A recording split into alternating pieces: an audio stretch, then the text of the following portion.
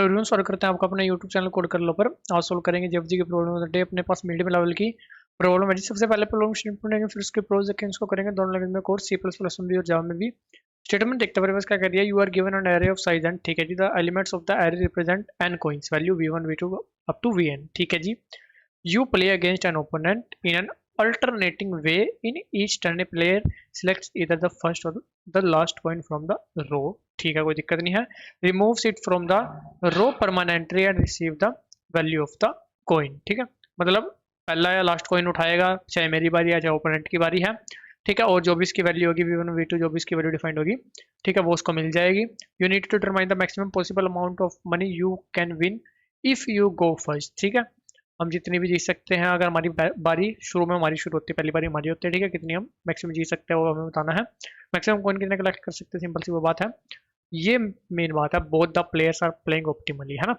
ये एक चीज लाएगी अपने, चेंज लाएगी अपने कोड में, एक जो आपको मैं दिखाऊंगा। ठीक है, इसका मतलब ये है सिंपल कि मैं भी चाहूंगा मैक्सिमम से मैक्सिमम मैं गेट करूँ, और जो सामने वाला बंदा है वो भी चाहेगा कि वो गेट करे। वो ये नहीं चाहेगा कि शुभम को मैक्सिमम मिल जाए, है ना।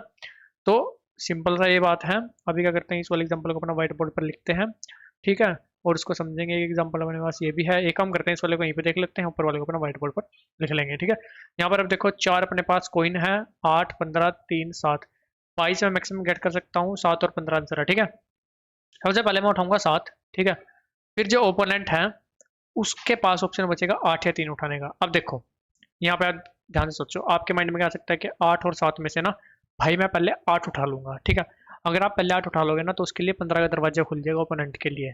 हमें ऑप्टिमली खेलना है, हमें ये भी ध्यान रखना है कि मेरे ओपोनेंट को मिनिमम मिले। ठीक है, उसको 15 भाई आसानी से ना मिले, 15 सबसे बड़ी अमाउंट है इसमें। ठीक है, तो मैंने पहले 7 उठाया क्योंकि 7 और 8 में एक का डिफरेंस है, लेकिन उस पर 15 चला गया तो मामला ही खत्म हो गया भाई।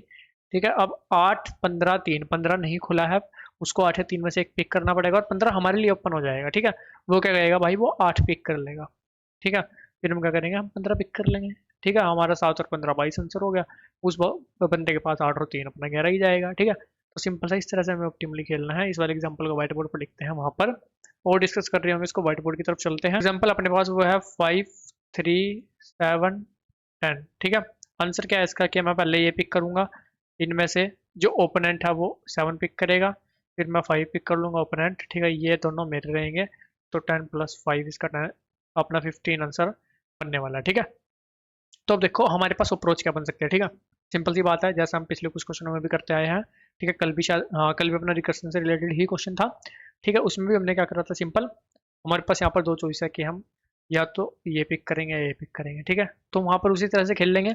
ठीक है, रिकर्शन यूज कर रहे होंगे, रिकर्शन हमारा ये चल रहा होगा कि एक बार फर्स्ट पिक करके कॉल कर देंगे, एक बार लास्ट पिक करके कॉल कर देंगे। ठीक है, जिससे भी हमारा मैक्सिमम आंसर आ रहा होगा वो ले रहे होंगे। ठीक है, अभी हम ये सोच सकते हैं कि जिससे भी हमारा मैक्सिमम आंसर आ रहा होगा वो ले रहे होंगे। ठीक है, तो हम सिंपल क्या करेंगे, एक अपना रिकर्सिव फंक्शन बनाएंगे।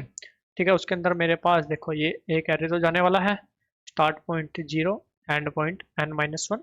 ठीक है, जाने वाले हैं दोनों। ठीक है, एक बार स्टार्ट पॉइंट पिक करेंगे, एक बार एंड पॉइंट पिक करेंगे, रिकर्सिव फंक्शन में उसको डाल देंगे।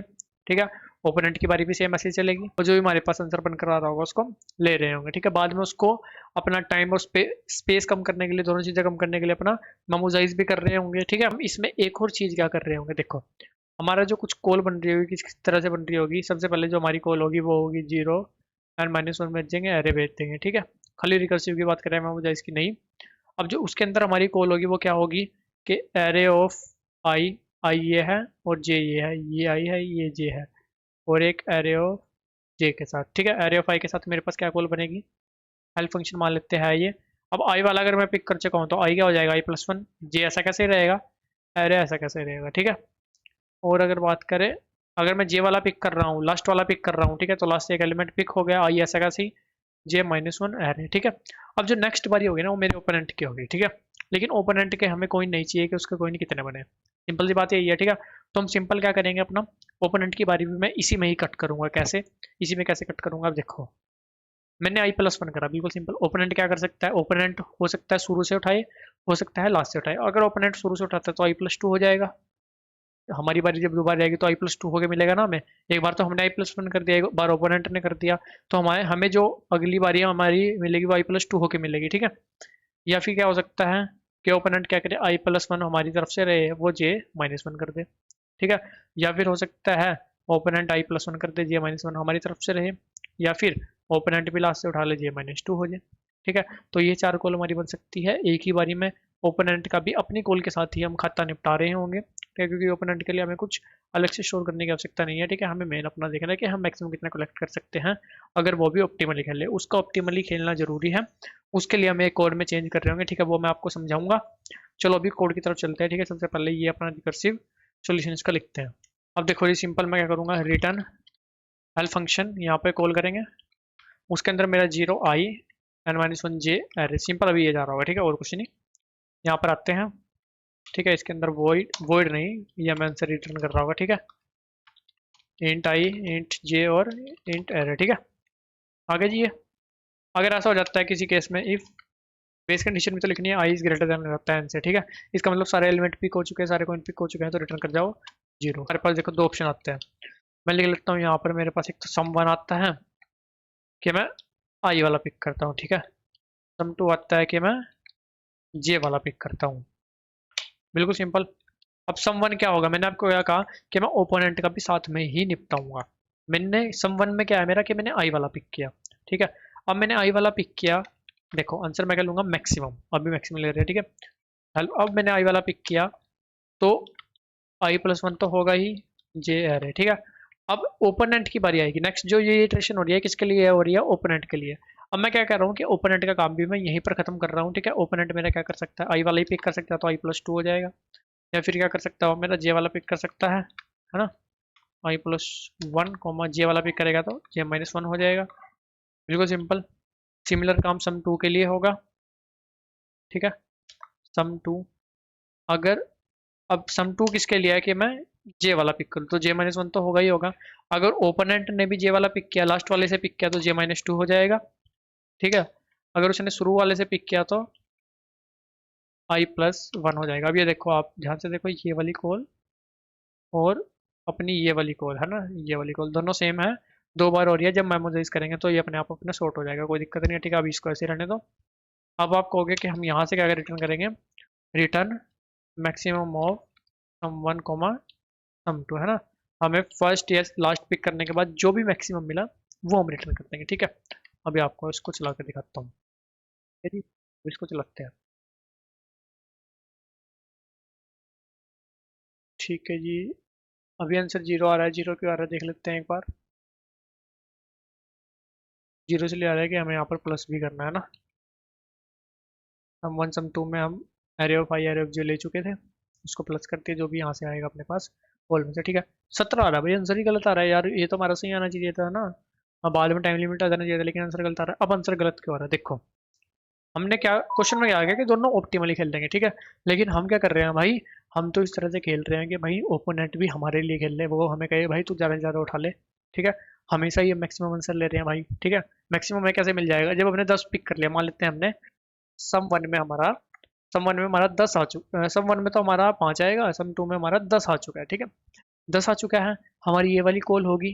ठीक है, ये दोनों कॉल होगी। अब इन दोनों कॉल में मैं क्या कर रहा हूँ, एक बार उसको 7 पिक करा रहा हूँ, एक बार उसको 5 पिक करा रहा हूँ। ठीक है, जिस बार मैं उसको 5 पिक करा रहा हूँ इस वाली कॉल में, है ना, जिस वाली कॉल में मैं उसको 5 पिक करा रहा हूँ अपने ओपोनेंट को, ठीक है, उसमें तो मेरे को मैक्सिमम मिलेगा क्योंकि मेरे को 7 मिल जाएगा। ठीक है, और वही मैक्सिमम मैं अपना आंसर में सम कर दे रहा हूँ 7 ही। ठीक है, लेकिन भाई ओपोनेंट भी तो अपने लिए खेल लेगा। ठीक है, वो मेरे को मैक्सिमम पिक ही नहीं करने देगा, वो मैक्सिमम खुद के पास रखेगा, खुद भी तो ऑप्टिमली खेलेगा। इसलिए मेरे को क्या मिलेगा, मेरे को तो मिनिमम मिलेगा ना भाई। ठीक है, क्योंकि ओपोनेंट की भी तो बारी आएगी भाई, वो भी तो अपने आप मैक्सिमम उठाने की कोशिश करेगा। ठीक है, अब इसको चला के देखते हैं। ठीक है, ये हल्का सा चेंज है जो मैं आपको बता रहा था कि ऑप्टिमली के लिए हमें हल्का सा चेंज करना पड़ेगा, क्योंकि हमेशा हमें मैक्सिमम नहीं मिलने वाला है यहाँ पे। अब देखो वो अपना आंसर सही आ रहा है। अब इसको सबमिट करते हैं तो हमें टाइम लिमिट आ जाना चाहिए। अगर वो आ गया तो फिर सिर्फ इसको मेमोराइज करना और कुछ नहीं करना।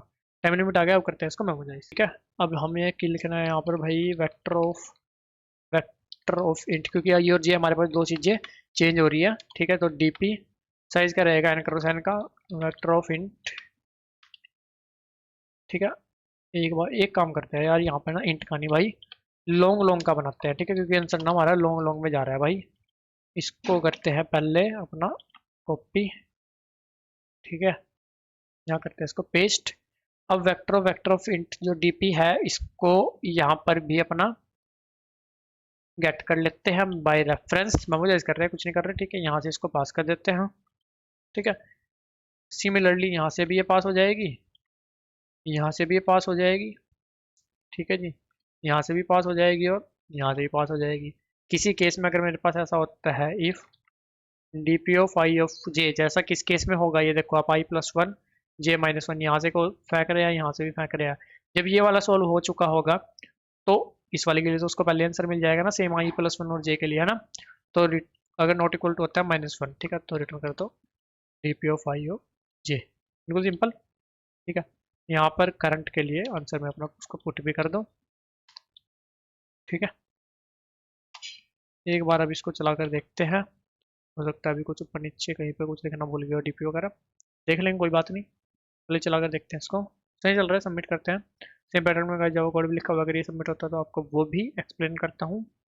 ये वो सबमिट चलते हैं जावा कोड की तरफ। यहाँ पर भी हमने सेम करा, सिंपल अपनी डीपी बनाई एंड क्रॉस साइज की, ठीक है, उसको -1 से फिल करा और अपना फंक्शन को कॉल करते हैं, ठीक है।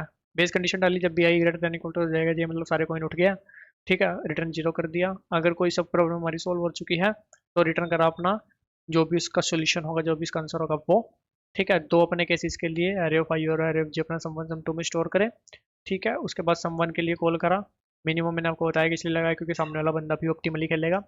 दो कॉल कर दी अपनी, ठीक है। सामने वाला या तो फ्रंट एंड से ही पिक कर लेगा या फिर अपना लास्ट से पिक करेगा, या फिर हम भी अगर लास्ट से कर रहे हैं और सामने वाला भी लास्ट से कर रहा है, हमने लास्ट से करा और सामने वाले ने फ्रंट से पिक करा, ठीक है।